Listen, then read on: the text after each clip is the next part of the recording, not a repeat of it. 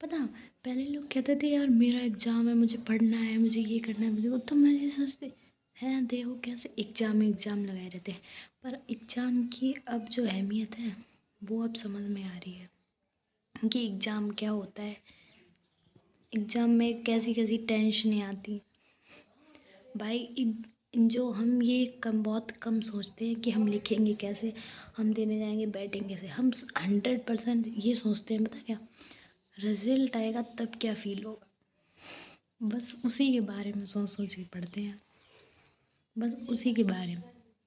क्योंकि भाई अगर रिजल्ट ख़राब आया तो सबसे पहले तो घर वाले मार मार के तुम्हारी शक्ल का जो आईना है वो बदल देंगे, तो बड़ा पूरा चेंज। और फिर पता देखो, ये तो लोग डायलॉग मार देते हैं कि हाँ भाई अगर रिजल्ट ख़राब आया तो मारेंगे घर वाले। मारते तो किसी के नहीं हैं, पर हाँ लड़कों पे पड़ भी जाती होगी, कोई बात नहीं, लड़के बेचारे तो चलो जैसे हैं अच्छे होते हैं वो। पर लड़कियों को तो वैसे भी नहीं। पर एक चीज़ होती है पता क्या, सेल्फ रिस्पेक्ट, वो मिलना बंद हो जाती है। और self respect very very most important. अगर वो नहीं है आपके पास तो आपके पास फिर है ही क्या। देखो, सबसे जो ज़रूरी चीज़ है मेरे लिए वो है मेरी सेल्फ रिस्पेक्ट। अगर मुझे वही नहीं मिल रही होगी तो क्या फ़ायदा है। वो इतनी बनाओ कि लोग तुम्हारे बारे में कुछ बोल ही ना सकें। बोलने के लिए उनके पास अगर शब्द होंगे भी तो अच्छे हों, बुरे नहीं। क्योंकि सेल्फ रिस्पेक्ट ऐसे नहीं बनती, पूरी ज़िंदगी निकल जाती है इंसान की इज्जत बनाने में, और एक गलती उसकी सब ख़त्म कर देती है।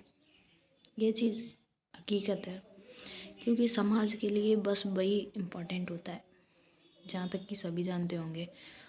पर अगर एक गलती हो गई तुमसे ना, मतलब जाने जाने में कुछ भी, तो फिर लोग वो हमेशा याद रखेंगे। तो जिन इज्जत बनाने में पूरी ज़िंदगी लग जाती है और बिगाड़ने में बिल्कुल भी समय नहीं लगता। तुम रातें जाग जाग के पढ़ो, चाहे कितना भी पढ़ो, अगर तुम अपने रिजल्ट के बाद एक कोई गलती कर दोगे तो लोग पास्ट नहीं देखेंगे, प्रेजेंट। ये हकीकत है दुनिया का।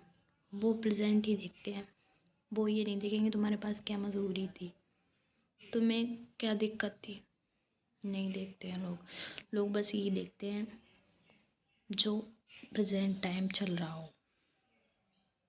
ये लोग क्या, सभी देखते हैं, ज़्यादातर सभी। तो पढ़ाई भी उतनी ज़रूरी है। और पता, ये भी नहीं है कि पढ़े रहो पढ़े रहो पढ़े रहो पढ़े रहो, ये भी नहीं। टाइम से सो, टाइम से उठो। ये ज़्यादा पढ़ोगे तो भी सब तहस नहस हो जाएगा तुम्हारा।